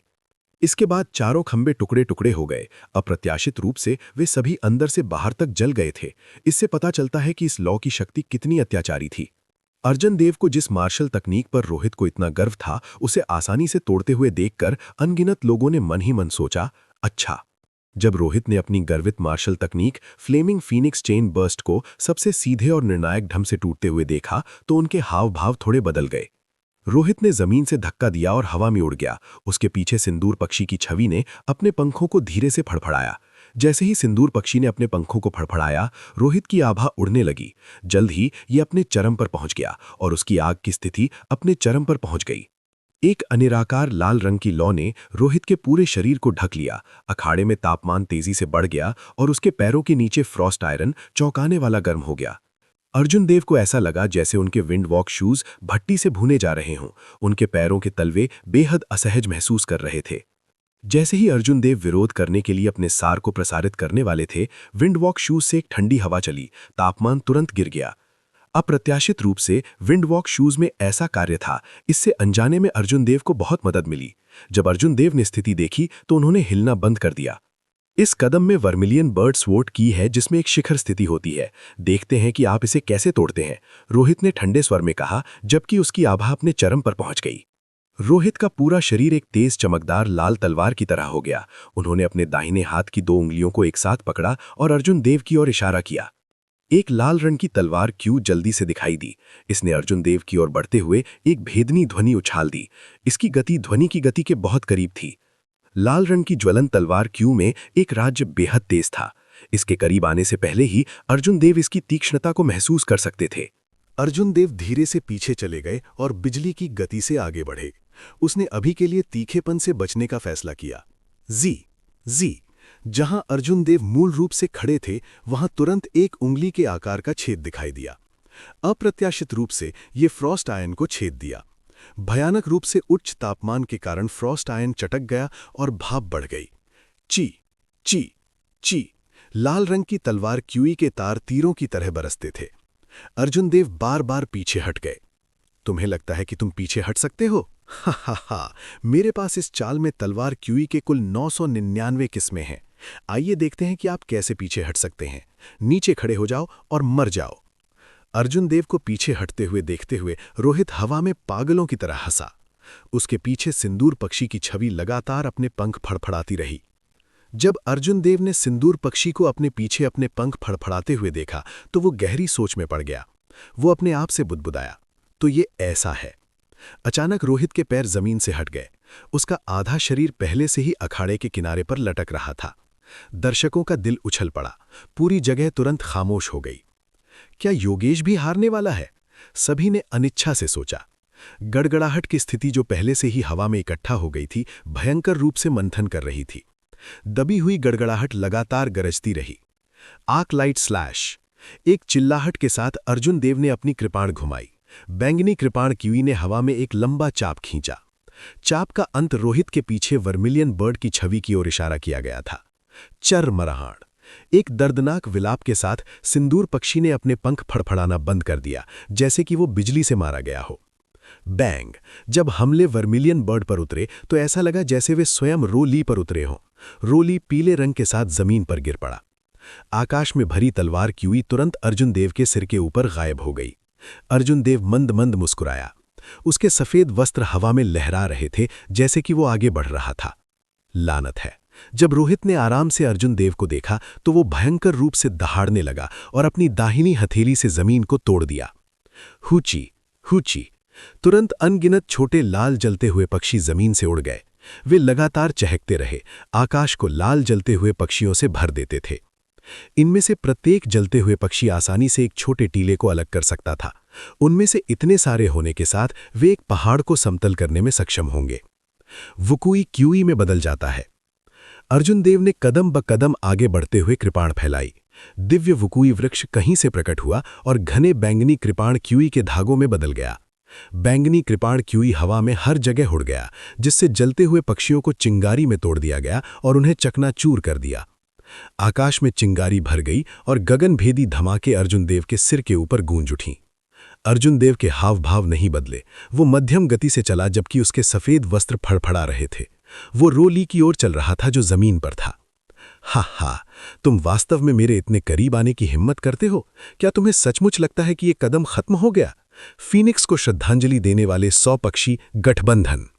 रोली जमीन से पागलों की तरह हंसा। हवा में अनगिनत चिंगारी तुरंत एक निश्चित बिंदु पर इकट्ठा हो गई। एक भयानक आभा फैल गई और एक उग्र लाल सिंदूर पक्षी तेजी से हवा में बन गया। क्यूई ने वुकुई को तोड़ दिया। तोड़ो। अर्जुन देव के भाव नहीं बदले। उसने हिलना बंद नहीं किया, क्योंकि उसने अपने बाएं हाथ से हाथ की सील बना ली थी। हवा में बहती बैंगनी ऊर्जा जल्दी से अर्जुन देव के हाथ की मोहरों के साथ इकट्ठा हो गई। जब सिंदूर पक्षी पूरी तरह से बन गया तो घने बैंगनी कृपाण क्यूई का एक किनारा बिजली की गति से उड़ गया। एक पल में इसने सिंदूर पक्षी को चकनाचूर कर दिया, जो अभी अभी धूल में बना था। अच्छा नहीं है। एल्डर याकूब, जो दर्शक स्टैंड में था, ने खुद को सोचा, क्योंकि उसने अर्जुन देव को धीरे से शांत भाव से चलते हुए देखा। एल्डर याकूब की अभिव्यक्ति थोड़ी बदल गई, क्योंकि उसने अपने पीछे दूसरे आदमी को एक आवाज प्रक्षेपण भेजा। लुओ हुआंग, रोली हार सकते हैं। किसी भी समय कदम उठाने के लिए तैयार रहें। 3 चालें बीत चुकी हैं। आप उद्घाटन से भरे हुए हैं। आप यहां खुद को शर्मिंदा करने के लिए आए हैं। मुझे आशा है कि आप मुझसे 3 चालें प्राप्त कर सकते हैं। अर्जुन देव ने रोली को देखते हुए शांति से कहा, जिसके चेहरे पर अविश्वास के भाव थे। ये पहली बार नहीं था जब रोली ने उन लोगों से ये कहा था जिन्होंने उन्हें अखाड़े से बाहर कर दिया था। जब उन्होंने अर्जुन देव को उसे लौटाया तो उसे मन ही मन अपमानित महसूस हुआ। क्या आपको लगता है कि आप जीत गए हैं? मैंने अभी भी अपनी पवित्र शक्ति का उपयोग नहीं किया है। आप जैसा साधारण व्यक्ति पवित्र शक्ति की भयावहता को कैसे समझ सकता है? रोली ने भयानक अभिव्यक्ति के साथ कहा। मूल रूप से रोली ने सोचा था कि वो अपनी पवित्र शक्ति का उपयोग किए बिना अपने प्रतिद्वंदी को हरा सकता है। इस तरह वो प्रतिद्वंदी को और भी अधिक अपमानित करने में सक्षम होगा। अब ऐसा लग रहा था कि वो ही था जिसे अपमानित किया जा रहा था। उसके डेंटियन के ऊपर सिंदूर पक्षी चिल्लाया। तुरंत विशाल पवित्र शक्ति का एक कतरा अर्जुन देव पर गोली चला दी। Blue dragon cloud soaring 8, roaming dragon के 9 परिवर्तन। अर्जुन देव ने जमीन से धक्का दिया और तुरंत 9 में विभाजित हो गए। अखाड़े में 9 ठंडी हवाएं चलीं। अर्जुन देव की हत्या क्यूई पूरी तरह से चली गई थी। कोई भी उसकी हत्या के इरादे को महसूस नहीं कर सकता था। ये कैसे हो सकता है? मेरी पवित्र शक्ति जो हमेशा सफल रही है, वास्तव में बेकार है। मेरे प्रतिद्वंदी की हरकतें सही और निर्दोष हैं। ऐसा नहीं लगता कि वो पवित्र शक्ति से बिल्कुल भी प्रभावित है। रोली की अभिव्यक्ति काफी बदल गई। इस बार उसने आखिरकार कुछ डरावनी महसूस की। वो जल्दी से पीछे हट गया, लेकिन 9 आकृतियों ने उसे पहले ही घेर लिया था। ठंडी हवाओं ने एक असीमित हत्या के इरादे को छुपाया था। उसके पीछे हटने का कोई रास्ता नहीं था। 9 सिलहुइट हवा में एक साथ विलीन हो गए। हत्या का इरादा जो गायब हो गया था, अचानक फट गया। आकाश को ढक लिया और पृथ्वी को ढक लिया। पूरे क्षेत्र को ढक लिया, जिससे किसी के लिए छिपना असंभव हो गया। इससे रोली को लगा कि वो पहली बार मौत के इतने करीब है। पवित्र शक्ति के अलावा वो जस्ट एक शीर्ष ताकतवर प्रतिभा थे। उसकी ताकत आर्या किंग और अन्य लोगों के करीब थी, शायद थोड़ी भी कमजोर। अब जब पवित्र शक्ति ने अपना प्रभाव खो दिया था तो रोली का हृदय पूरी तरह से अराजकता में था। इसके अलावा भारी हत्या क्यूई ने उसे तुरंत अपनी बुद्धि खो दी। बर्फ की तरह सफेद कृपाण पर एक देदीप्यमान कृपाण की रोशनी तुरंत जल उठी। फिर ये 10 सेंटीमीटर दूर रोली की छाती में छुरा घोंप दिया। ये अर्जुन देव को रोक रहा था, अन्यथा ये कृपाण रोली के हृदय में छुरा घोंप देता। लाल रंग के वस्त्रों पर सुनहरे धागे से कढ़ाई की गई सिंदूर पक्षी अचानक सुनहरी रोशनी से चमकने लगी। देदीप्यमान सुनहरी रोशनी ने अर्जुन देव की कृपाण को वस्त्रों में छुरा घोंपने से रोक दिया। ये वास्तव में एक गुप्त खजाना है। पवित्र लोगों के लोग वास्तव में उदार हैं, यहां तक कि एक बाहरी शिष्य के पास भी एक रक्षात्मक गुप्त खजाना है। अर्जुन देव ने मन ही मन सोचा। अशिष्ट, पवित्र लोगों के लोग वास्तव में बहुत अज्ञानी हैं। अर्जुन देव अवाक रह गया। एक विचार के साथ लाल रंग के सिंहासन पर नरसंहार की स्थिति का एक किनारा तेजी से बाहर निकल आया। रोली की मुस्कान बहुत जल्दी जम गई। अचानक चमकदार बैंगनी कृपाण पर एक लाल रोशनी दिखाई दी। ची की ध्वनि के साथ कृपाण की नोक आसानी से रोली के वस्त्रों में घुस गई। घाव से खून बह निकला। रोली ने कृपाण को अपने हाथ से पकड़ लिया और घबराते हुए कहा, मैं कैसे घायल हो सकता हूं? एक निचले क्षेत्र के बमकिन ने वास्तव में मुझे घायल कर दिया। एक चाल। अर्जुन देव ने जल्दी से अपनी कृपाण वापस ले ली। कृपाण की नोक से खून की बूंदें अखाड़े पर टपक रही थीं। बैंग। अर्जुन देव ने धीरे से अपना दाहिना पैर उठाया और जोर से नीचे गिर गया। ड्रैगन और टाइगर बॉडी स्कल्प्टिंग आर्ट के समापन तक पहुंचने के बाद यह पहली बार था जब उन्होंने अपने भौतिक शरीर की पूरी ताकत का इस्तेमाल किया। अखाड़े की सतह पर तुरंत अनगिनत दरारें दिखाई देने लगीं, जो फ्रॉस्ट आयरन से बनी थीं। दरारें तेजी से फैल गईं और फ्रॉस्ट आयरन के अनगिनत टुकड़े एक तेज उछाल के साथ हवा में उड़ गए। विशाल बल ने रोली को अनियंत्रित रूप से उड़ने के लिए भेजा। उसका रंग पीला पड़ गया और उसने एक और कौर खून की उल्टी की। इस किक में 50,000 किलोग्राम बल था।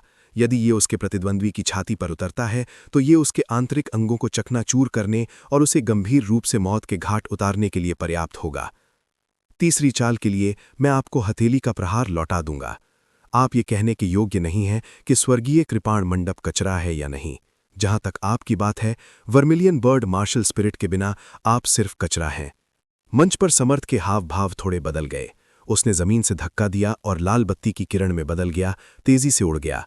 वो चिल्लाया, रुको। अर्जुन देव रोहित से परेशान नहीं हो सके। वो खड़ा हुआ और रोली की छाती पर हथेली का प्रहार किया। रोली का शरीर तुरंत तोप के गोले की तरह पीछे की ओर गोली मार दी। समर्थ ने रोली के शव को हवा में पकड़ लिया। हालांकि उसे उम्मीद नहीं थी कि रोली के शरीर में बल इतना क्रूर होगा। ये एक पहाड़ को पकड़ने जैसा था। रोली के सीने से एक दबी हुई आवाज आई। उसका शरीर ऊपर उठा और तेजी से हवा में घूमा, बल को नष्ट करने की कोशिश कर रहा था। अच्छा, इस बार दर्शक स्टैंड में कई किसान अब अपने दिलों के उत्साह को दबा नहीं सकते। वे सभी जोर से चिल्लाए। पहले ऊपर जाने वाले कई काश्तकारों को रोली की हथेली की हड़ताल से उड़ते हुए भेजा गया। फिर उन्होंने बेहद अपमानजनक शब्द बोले। बहुत से लोग आगे बढ़कर हथेली का प्रहार करना चाहते थे, हालांकि उनके पास ऐसा करने की ताकत नहीं थी, इसलिए वे इसे केवल अपने दिलों में दबा सकते थे। अर्जुन देव की हथेली का प्रहार और उनके शब्दों ने उनके दिल की गहराइयों को छू डाला। उन्होंने उस क्रोध को अपने दिलों में दबा कर निकाला। मंच पर सौम्या ने अर्जुन देव को देखा, जिनके सफेद वस्त्र हवा में लहरा रहे थे। उसकी आंखों में एक अवर्णनीय मुस्कान थी। कुछ ही दूरी पर एक चाय की मेज पर मेघना, जो इसी तरह सफेद कपड़े पहने हुए थी, अर्जुन देव को देख रही थी। उसने अपने नाजुक चेहरे पर एक फीकी मुस्कान प्रकट की और धीरे से कहा, ये तीक्ष्णता है जो एक ब्लेड्समैन में होनी चाहिए। कौन परवाह करता है कि ये कौन सी पवित्र भूमि है? यदि तुम मुझे अपमानित करते हो तो मैं इसे 10 गुना 100 गुना लौटा दूंगा। एक सुनहरा युद्धपोत आकाश में 10,000 मीटर की दूरी पर बादलों के ऊपर तैर रहा था। युद्धपोत के धनुष पर एक सुनहरा झंडा लहरा रहा था। ये इंपीरियल ड्रैगन लीजन का अतुलनीय रूप से विशाल फ्लैगशिप था। सुनहरे युद्ध कवच पहने खूबसूरत राजकुमारी याशिका डेक पर लकड़ी की मूर्ति के साथ खेल रही थी। मूर्ति पर चित्रित लड़की ने एक लंबी लाल पोशाक पहनी थी। वो बेहद खूबसूरत थी और बहुत ही सजीव थी। ये विशेष रूप से उसकी बुद्धिमान आंखों के लिए था। उन्होंने मूर्ति को जीवंत बना दिया, जो इसे उकेरने वाले व्यक्ति की उत्कृष्ट शिल्पकला को दर्शाता है। ये अब एक निर्जीव वस्तु की तरह नहीं दिखता था।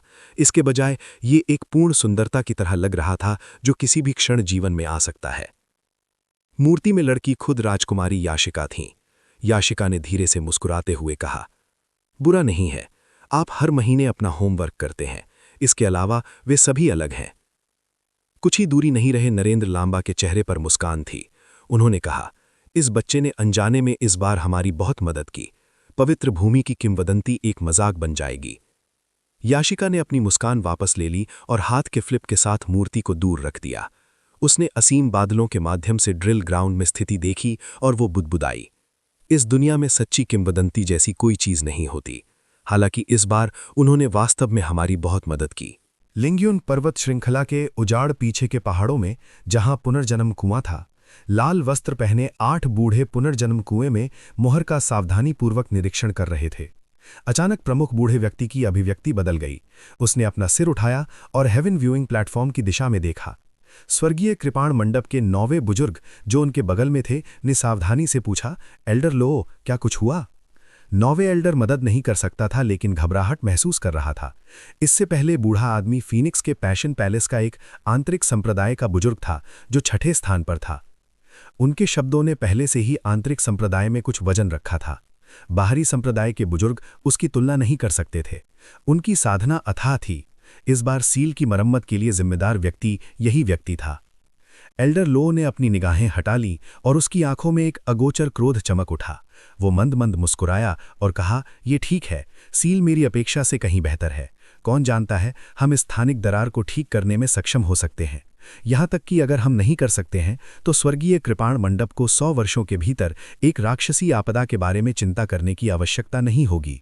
समर्थ, जो अंततः बल से उभर गए थे, हेवन व्यूइंग प्लेटफॉर्म के ड्रिल ग्राउंड पर मजबूती से उतरे। उसने धीरे से रोहित को नीचे रखा और अर्जुन देव को गुस्से से घूरने लगा। दोस्त, क्या तुम थोड़े ज्यादा भारी नहीं हो? मैंने पहले ही रुकने के लिए कहा था। समर्थ ने ठंडी निगाहों और उदास भाव से कहा, क्या मजाक है?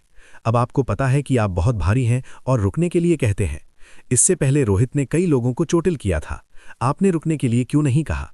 ऐसा लगता है कि आपकी नज़र में हम इंसान नहीं हैं। अर्जुन देव ने उदासीनता से उत्तर दिया, मेरा कौशल कमतर है, इतना कहने का क्या मतलब है? समर्थ ठंडे स्वर में हंसे और बर्फीले स्वर में कहा, कितना अच्छा है, मैं तुमसे कमतर हूं। उस स्थिति में अगर मैं तुम्हें अभी मार दूं तो आपके पास कहने के लिए कुछ नहीं होगा, है ना? जब अर्जुन देव ने महसूस किया कि दूसरे पक्ष की हत्या क्यों है, तो वो थोड़ा पीछे हट गया और उसने अपने शरीर की स्थिति को उसकी सीमा तक समायोजित कर लिया। उसने धीरे से कहा, आप ऐसा नहीं कर सकते। आप उसकी तुलना में कितने मजबूत हैं। पवित्र शक्ति मेरे विरुद्ध बेकार है। मेरी नज़र में आप सिर्फ साधारण मार्शल संत विशेषज्ञ हैं। लापरवाह मूर्ख। अपनी हथेली के एक पलट के साथ समर्थ के हाथ में एक तलवार दिखाई दी। हत्या की उसके पूरे शरीर से बाहर निकल गई। तलवार की रोशनी नृत्य कर रही थी जब वो एक हत्या की चाल को अंजाम दे रहा था और अर्जुन देव की ओर उड़ रहा था। अर्जुन देव निडर थे। उन्होंने एक हाथ से अपनी कृपाण पकड़ी और हवा में उड़ गए। Clang clang. उन दोनों ने एक दूसरे को हवा में पार किया और पलक झपकते ही उन्होंने दर्जनों चालें एक दूसरे से की। उनके हथियार टकराए और धातु की खनखनाहट की आवाज लगातार सुनाई दी। अलग होने के बाद वे दोनों जल्दी से मुड़े और फिर से लड़ने लगे। प्रत्येक चाल पिछले की तुलना में अधिक खतरनाक थी। उन्होंने अपने लिए कोई छूट नहीं छोड़ी। कृपाण क्यू और तलवार क्यू अरीना में हर जगह उड़ रही थीं। मजबूत फ्रॉस्ट आयरन दोनों के हमलों के शॉक वेव से छेदों से छलनी हो गया था। ये मान्यता से परे था। जल्द ही स्वर्गीय कृपाण मंडप ने जो अरीना तैयार किया था वो सावधानी से चकनाचूर हो गया। ये वीरानी का दृश्य बन गया। ऐसी कोई जगह नहीं थी जो यहां तक थी। वे दोनों राज्यों को समझने वाले कृषक थे। उनके द्वारा किए गए हर कदम से आसपास के वातावरण में तीव्र ऊर्जा में उतार चढ़ाव होता था। कभी कभी युद्ध के आसपास चिंगारी और बिजली चमकती थी। हालांकि अर्जुन देव की स्थिति उनके ब्लू ड्रैगन की पवित्र शक्ति में विलीन हो गई थी। इसके अलावा ये स्वर्गीय दाओस के बाप्तिस्मा से गुजरा था। ये उनके प्रतिद्वंद्वी की तुलना में बहुत मजबूत था। 200 चालों के बाद समर्थ धीरे धीरे नुकसान में पड़ गए। अर्जुन देव ने अपने प्रतिद्वंद्वी को ऑल आउट होने का मौका नहीं देना चाहा। उन्होंने एक बार फिर से नरसंहार की स्थिति में गड़गड़ाहट की अपनी मजबूत स्थिति को शामिल किया। बैंगली कृपाण की रोशनी में एक लाल रोशनी दिखाई दी। नरसंहार की तीव्र स्थिति ने तुरंत गड़गड़ाहट की निडर स्थिति को तेज और भयानक बना दिया। Bang bang bang. Arjun Dev ने अपनी कृपाण को 3 बार लहराया, जिससे अपने प्रतिद्वंद्वी की तलवार तकनीक को मृत शाखाओं की तरह तोड़ दिया। जब अर्जुन देव की कृपाण तकनीक में अचानक वृद्धि का सामना किया तो समर्थ स्पष्ट रूप से गार्ड से पकड़े गए थे। समर्थ, जो पहले से ही नुकसान में था, उसने अपनी सभी तलवार तकनीक खो दी। ऐसा लग रहा था जैसे वो हारने वाला है। डिंग! अर्जुन देव ने अपनी कृपाण से समर्थ की तलवार को मार गिराया। फिर वो आगे झुक गया और अपनी कृपाण मयान कर दी। फिर उसने अपने प्रतिद्वंदी की छाती पर हथेली का प्रहार किया। समर्थ ने एक बड़े कौर से खून की उल्टी की और अखाड़े से बाहर उड़ गए। पवित्र भूमि के दूसरे व्यक्ति को अर्जुन देव ने एक हथेली के प्रहार से हरा दिया था।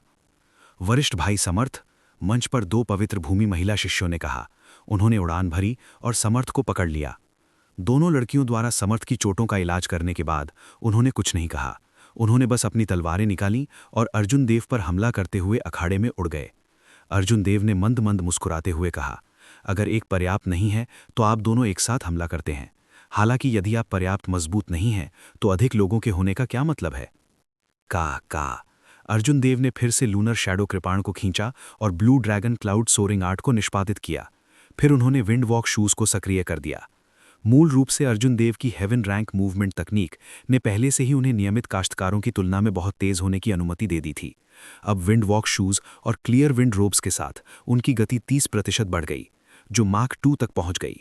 अखाड़े में केवल एक सफेद आकृति को घूमते हुए देखा जा सकता था। असीम कृपाण क्यों प्रकट हुआ और रहस्यमयी तरीके से गायब हो गया। गति में अपने लाभ पर भरोसा करके अर्जुन देव ने 1 के खिलाफ 2 की लड़ाई लड़ी। अप्रत्याशित रूप से उन्होंने एक दमनकारी लाभ उठाया। उन्होंने फीनिक्स के पैशन पैलेस की 2 महिला शिष्यों को इस हद तक दबा दिया कि वे जवाबी कार्रवाई भी नहीं कर सकते थे। वे केवल अर्जुन देव के अप्रत्याशित हमलों को सहन कर सकते थे और उनसे निपट सकते थे। ये एक तरफा स्थिति थी। 100 चालें खत्म होने के बाद अर्जुन देव एक बार फिर नरसंहार की स्थिति में आ गए। अर्जुन देव की कृपाण तकनीक तुरंत पहले की तुलना में दुगनी तेज हो गई। मजबूत बल ने 2 लोगों की तलवारें गिरा दी। Bang bang! अर्जुन देव ने 2 ताड़ हवाएं भेजी और पवित्र भूमि की 2 महिला शिष्यों ने फिर से उनके नक्शे कदमों का पालन किया। उन्हें एक हथेली के प्रहार से मैदान से बाहर कर दिया गया। दर्शक दीर्घाएं घातक रूप से शांत थीं। उन सभी ने अर्जुन देव को आश्चर्यचकित दृष्टि से देखा। मूल रूप से उन्होंने सोचा था कि ये बहुत अच्छा होगा यदि अर्जुन देव उनकी कुंठाओं को बाहर निकालने में उनकी मदद कर सकें। हालांकि उन्होंने पवित्र भूमि के 4 लोगों को एक ही बार में हरा दिया। वो कितना मजबूत था! ये सिर्फ इन्हीं लोगों को इसकी उम्मीद नहीं थी, मंच पर मौजूद अन्य लोगों को भी इसकी उम्मीद नहीं थी। यहाँ तक कि एल्डर याकूब का चेहरा भी शौक से भर गया। उसकी आंखें अविश्वास से भर गईं। उसका दिमाग शॉर्ट सर्किट हो गया। यद्यपि इन शिष्यों को बाहरी संप्रदाय के शीर्ष 100 में स्थान दिया गया था, वे निचले क्षेत्र में चरम प्रतिभा थे। कोई उन सभी को एक साथ कैसे हरा सकता है? मंच पर मौजूद महेंद्र रावल ने चाय की चुस्की ली। फिर उसने धीरे से चाय का प्याला नीचे रखा और अखाड़े में श्वेत वस्त्रधारी अर्जुन देव को देखा। महेंद्र रावल ने उदासीनता से कहा, मुझे लोगों को बादलों से घाटी के नीचे गिरते हुए देखना अच्छा लगता है। आप जितनी ऊंची उड़ान भरेंगे, गिरना उतना ही दर्दनाक होगा। आज मैं तुम्हें मौत के घाट उतार दूंगा। महेंद्र रावल के बोलने के बाद उनकी दाहिनी आंख की असीम गहराई में तेजी से घूमते तांबे दर्पण ने अचानक घूमना बंद कर दिया। सफेद रोशनी की एक किरण हवा में फटकर बाहर निकली। सफेद रोशनी में कोई हत्या क्यों नहीं थी। ये शांत था और ऊर्जा में कोई उतार चढ़ाव नहीं दिया। इससे पहले कि अर्जुन देव प्रतिक्रिया करें, सफेद रोशनी ने उन पर प्रहार किया। अगले ही पल अर्जुन देव चौंक गए। उसके चेहरे की हड्डियां तेजी से बदलने लगीं। अर्जुन देव इसे रोकना चाहते थे, लेकिन उस अजीब सफेद रोशनी ने उनके सभी प्रयासों को शून्य में बदल दिया। कोई फर्क नहीं पड़ता कि उन्होंने क्या किया, वे इसे रोक नहीं सकते थे। अर्जुन देव ने शेप शिफ्टिंग स्पेल का इस्तेमाल किया और धीरे धीरे अपनी उपस्थिति वापस पा ली। उनका मूल रूप से नाजुक और साधारण चेहरा उनके गोरे रंग के अलावा अच्छी तरह से परिभाषित विशेषताओं के साथ एक सुंदर और सुरुचिपूर्ण युवक में बदल गया था। दर्शक स्टैंड में मौजूद लोग इस चेहरे के लिए कोई अजनबी नहीं थे। ऐसा इसलिए था क्योंकि ग्रेट किन नेशन के भीतर हर बड़े शहर में इस व्यक्ति का एक वांछित पोस्टर था। जब तक कोई किसी बड़े शहर में प्रवेश करता है या बाहर निकलता है, तब तक वे इस विशाल वांछित पोस्टर से आकर्षित होते हैं। उनमें से कई के मन में इस व्यक्ति को पकड़ने और इनाम का दावा करने के विचार भी थे। मंच पर विभिन्न कुलीन कुलों के उत्तराधिकारी इस चेहरे के लिए कोई अजनबी नहीं थे। यदि ये व्यक्ति वो अर्जुन देव नहीं था जिसे वे 1 साल से अधिक समय से खोज रहे थे, तो ये और कौन हो सकता था? मंच पर Dharmpal Marquez, Arya King, Rituraj Lamba, Harendra Reddy, Shi Fang और जाविका के हाव भाव सभी बहुत बदल गए। उन सभी के पीछे के कुलीन कबीले के बुजुर्गों के भाव भी उदास थे। हालांकि उन्हें पहले से ही इसकी उम्मीद थी, जब परिणाम उनकी आंखों के सामने आया तब भी वे बिना तैयारी के पकड़े गए थे। जिस व्यक्ति को इतने लंबे समय से वांछित था, वो वास्तव में स्वर्गीय कृपाण मंडप में छिपा हुआ था। इसके अलावा वह स्वर्गीय कृपाण मंडप के तीसरी पीढ़ी के शिष्यों में से सबसे मजबूत बन गया था। उसका नाम शीहे प्रांत को हिला रहा था। सौम्या के हाव भाव थोड़े बदल गए। वह कुछ हैरान हुई क्योंकि उसने कहा, योगेश, ये अर्जुन देव कैसे हो सकता है? दर्शक स्टैंड में हर कोई इस तथ्य को स्वीकार नहीं कर सका। इससे पहले योगेश स्वर्गीय कृपाण मंडप के एक प्रतिभाशाली शिष्य थे। अप्रत्याशित रूप से पलक झपकते ही वो कुलीन कुलों का वांछित अपराधी बन गया था। हू आर्य किंग के बाद ऋतुराज लांबा, हरेंद्र रेड्डी और धर्मपाल माकविस ने अपनी बुद्धि को ठीक कर लिया। उनकी आकृतियां चमक उठीं और वे जमीन पर मजबूती से गिर पड़े। हरेंद्र रेड्डी ने अर्जुन देव की ओर देखा और ठंडे स्वर में मुस्कुराए, तुमने मेरे कबीले के बुजुर्गों को मार डाला और 1 साल से अधिक समय तक छिपे रहे, तो तुम स्वर्गीय कृपाण मंडप में छिपे हुए थे। कोई आश्चर्य नहीं कि मैं तुम्हें नहीं ढूंढ सका। भले ही स्वर्गीय कृपाण मंडप आज तुम्हारी रक्षा करे, तुम मृत्यु से नहीं बच पाओगे। तुमने मेरे चाचा को मार डाला, आज तुम्हें यहां रहना है। ऋतुराज लांबा ने भावहीन होकर कहा, क्योंकि उनकी आंखों में तारे टिमटिमा रहे थे। आर्य राजा के ठंडे चेहरे पर कोई भाव नहीं था। उसने उदासीनता से कहा, तुम्हारे और मेरे बीच केवल लड़ाई हो सकती है। धर्मपाल माकविस ने सुनहरा युद्ध कवच पहना और धीरे धीरे अपना पवित्र हथियार स्काई स्प्लिटिंग सॉर्ड निकाला। उन्होंने अर्जुन देव की ओर इशारा करते हुए कहा, मुझे घायल करने के बाद आज तक कोई जीवित नहीं बचा। हू एक आकृति चमक उठी। ये शीहे प्रांत के याकूब कबीले की जाविका थीं। जाविका ने अर्जुन देव की ओर देखा और उदासीनता से कहा, मेरे दूसरे भाई का पता नहीं है कि तुम्हारी वजह से मैं तुम्हारे लिए चीजों को मुश्किल नहीं बनाऊंगा। मैं बस एक हाथ पीछे छोड़ दूंगा। हा। आसमान से विद्रोही हंसी का एक विस्फोट आया। फरहान तेजी से उड़ रहे थे। उन्होंने ऊंची आवाज में कहा, अर्जुन देव, आपको ऐसा दिन आने की उम्मीद नहीं थी ना? उस समय आपने मुझे शीहे शहर में अपमानित किया था। आज मैं तुम्हें बेरहमी से रौंदूंगा। अर्जुन देव ने अपनी आंखें बंद की और फरहान को उड़ते हुए देखा। उसने मन ही मन सोचा, ऐसा लगता है कि कोई भी मुझ पर कदम रख सकता है। हालांकि आपको लगता है कि आप कौन है फरहान? आपकी हिम्मत कैसे हुई मुझ पर चिल्लाने की? अर्जुन देव ने अचानक अपनी आंखें खोलीं। उसके तेज चेहरे पर एक मरने वाला इरादा दिखाई दिया। अर्जुन देव की मूल रूप से आरक्षित आभा अब छिपी नहीं थी। उसकी तीक्ष्णता बेलगाम थी। उसने जमीन से धक्का दिया और हवा में उड़ गया। ड्रैगन और टाइगर बॉडी स्कल्प्टिंग आर्ट पूरी ताकत से प्रसारित हुई। ड्रैगन्स और टाइगर्स की दहाड़ उसके शरीर के एक्यूपॉइंट से आई। जैसे ही अर्जुन देव ने अपनी उंगलियां खोलीं, ड्रैगन्स और टाइगर्स उसके चारों ओर चक्कर लगाने लगे। उसके पोर चटक गए। अर्जुन देव का फिगर थोड़ा शिफ्ट हुआ और उन्होंने फरहान की अटैक को चकमा दे दिया। इसके बाद उन्होंने फरहान की छाती पर मुक्का मारा। क्या है? क्या? फरहान की छाती के सामने की चट्टान चकनाचूर हो गई। वह हवा में खून की उल्टी करता हुआ वापस उड़ गया। वह नाइट स्पिरिट पैलेस पर चाय की मेज पर गिर पड़ा। महेंद्र रावल चाय का प्याला नीचे रखने ही वाले थे कि फरहान ने चाय की मेज को तोड़कर हवा में लटका दिया। जब महेंद्र रावल ने पीले फरहान को दयनीय अवस्था में देखा तो वो मुस्कुराया और उदासीनता से कहा, जूनियर भाई फरहान, तुम बहुत कमजोर हो। आप मौजमस्ती में शामिल होना क्यों पसंद करते हैं? फरहान काफी उदास महसूस कर रहे थे। उसे लगा कि उसकी कम से कम 5 पसलियां टूट गई हैं। उनके अंदरूनी अंगों में भी चोट आई थी। उसे आंतरिक चोटें और बाहरी चोटें थीं। उसने अपनी युद्ध क्षमता पूरी तरह से खो दी थी। क्या आप मान है? पीछे खड़े हो जाओ। नाइट स्पिरिट पैलेस को शर्मिंदा मत करो। नाइट स्पिरिट पैलेस के पहले एल्डर ने बेहद उदास अभिव्यक्ति के साथ कहा। फरहान खड़े होने के लिए संघर्ष कर रहा था। वो अपने दिल में दोषी महसूस कर रहा था। उसने अपना सिर नीचे कर लिया और जवाब देने की हिम्मत नहीं की। महेंद्र रावल ने धीरे से अपने हाथ में चाय का प्याला छोड़ दिया। चाय का प्याला तुरंत जमीन पर गिर गया। हालांकि ये महेंद्र रावल की उम्मीद की तरह नहीं बिखर सका। इसके बजाय ये बिल्कुल भी नहीं हिला। ये थोड़ा जीवंत है। इसमें सिर्फ कोई भी शामिल नहीं हो सकता। महेंद्र रावल ने अपनी ब्यूटी अंडर द मून तलवार उठाई और हवा में छलांग लगा दी। फिर वो अखाड़े में प्रकट हुए। महेंद्र रावल ने सफेद वस्त्र पहने अर्जुन देव को देखा, जो पहले ही अपना असली रूप प्राप्त कर चुका था। वो धीरे से मुस्कुराया और कहा, तुम्हारे और मेरे बीच अभी भी एक अधूरी लड़ाई है, चलो इसे आज खत्म करते हैं। अर्जुन देव भावहीन बने रहे और उन्होंने महेंद्र रावल को चुपचाप देखा। उसे उम्मीद नहीं थी कि ये व्यक्ति इतना चतुर होगा। महेंद्र रावल ने अपनी असली पहचान बहुत पहले ही खोज ली थी, लेकिन उसे उजागर नहीं किया। आज उसकी पहचान दुनिया के सामने उजागर हो गई, जिससे वो एक मृत अंत में फंस गया। दर्शक स्टैंड में मौजूद सभी लोग हैरान रह गए। 6 कुलीन कुलों ने मिलकर अर्जुन देव के सिर पर इनाम चढ़ाया। ये महान किन राज्य के इतिहास में पहले से ही अभूतपूर्व था। इस समय एक और महान संप्रदाय प्रकट हुआ था। नाइट स्पिरिट पैलेस के मुख्य शिष्य महेंद्र रावल को भी अर्जुन देव से रंजिश थी।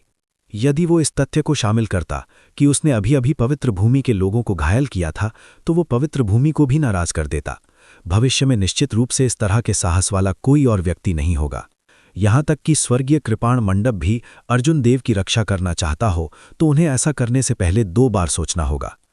3 सबसे मजबूत कुलीन कुल, धर्मपाल मार्क्विस जो राजकुमार के निवास में एक उच्च स्थान रखते हैं, और नाइट स्पिरिट पैलेस 3 महान संप्रदायों में से एक। इतनी सारी मजबूत शक्तियों के साथ वे आधी दुनिया में प्रवेश कर सकते हैं। उन सभी को ठेस पहुंचाने की हिम्मत कौन करेगा? केवल अर्जुन देव ही ऐसा करने की हिम्मत करेंगे। यदि आप अर्जुन देव को मारना चाहते हैं तो मुझसे पूछो, सौम्या। पहले मंच पर एक सुंदर आकृति ने उसके हाथ में एक छोटी कृपाण खींची। एक मार्शल किंग की एक मजबूत आभा बाहर निकली और अर्जुन देव के सामने अवरुद्ध हो गई। जब अर्जुन देव ने सौम्या की पीठ देखी तो वो मदद नहीं कर सका कि उसके दिल में गर्माहट महसूस हुई। पहले क्षण में केवल सौम्या ही उसकी रक्षा करेगी। यद्यपि मैं, सुमेर, पर्याप्त मजबूत नहीं हूं, लेकिन अगर कोई मेरे भाई को मारना चाहता है तो उन्हें पहले मुझसे पूछना होगा। सुमेर भी दौड़ा हुआ। कुलीन कबीले भी मेरे स्वर्गीय कृपाण मंडप में लोगों को मारना चाहते हैं। मैं, म्यूचैन, झांगलाई इसकी अनुमति नहीं दूंगा। झांगलाई और म्यूचैन जो दर्शक स्टैंड में थे ने भी अर्जुन देव के सामने अवरुद्ध होते हुए उड़ान भरी। बाई, आपको बड़े भाई अर्जुन देव की भी रक्षा करनी होगी। यदि कोई अर्जुन देव को मारना चाहता है तो बाई उस पर एक चाल चलेगी। मंच पर मूल रूप से उत्साहित बाई अचानक स्थिति देखकर दंग रह गया। उसे नहीं पता था कि क्या हो रहा है। जब उसे पता चला कि कोई अर्जुन देव को मारना चाहता है तो उसका नाजुक चेहरा तुरंत डूब गया। हूची, एक और सफेद आकृति एक झटके में उड़ गई। ये गिरते हुए पत्ते की तरह शांत था। मेघना प्लेटफॉर्म पर खड़ी थी। उसने अपना दाहिना हाथ अपनी कमर पर कृपाण की मूठ पर रखा और अर्जुन देव के सामने अवरुद्ध हो गई। उसने कुछ नहीं कहा, लेकिन उसकी हरकतों ने उसके रवैये को स्पष्ट रूप से दिखाया। यदि आप अर्जुन देव को मारना चाहते हैं तो पहले मेरी कृपाण की अनुमति लेनी होगी। विशाल क्षेत्र में दोनों पक्षों के एक दूसरे के सामने आने का दृश्य दिखाई दिया। असीमित हत्या के इरादे ने हवा भर दी। असीमित हत्या क्यों अखाड़े के ऊपर हवा में फैल गई। दोनों पक्षों ने एक दूसरे से टकराते हुए रास्ता नहीं मांगा। हवाएं चलीं, बादल मचले और आकाश का रंग बदल गया। हर कहानी एक अंत तक पहुंचती है, लेकिन कुछ कहानियां दिल में बस जाती हैं। अगर दिव्य तपस्या अर्जुन देव की कहानी का ये भाग आपके दिल को छू गया हो तो वीडियो को लाइक करें और हमारे channel Mukul the story teller को सब्सक्राइब करें ताकि अगला भाग सबसे पहले आप तक पहुंचे। और हाँ, कमेंट में ज़रूर बताइएगा कि आपको इस कहानी का ये हिस्सा कैसा लगा। आपका एक शब्द हमारे लिए नई कहानी की प्रेरणा बन जाता है।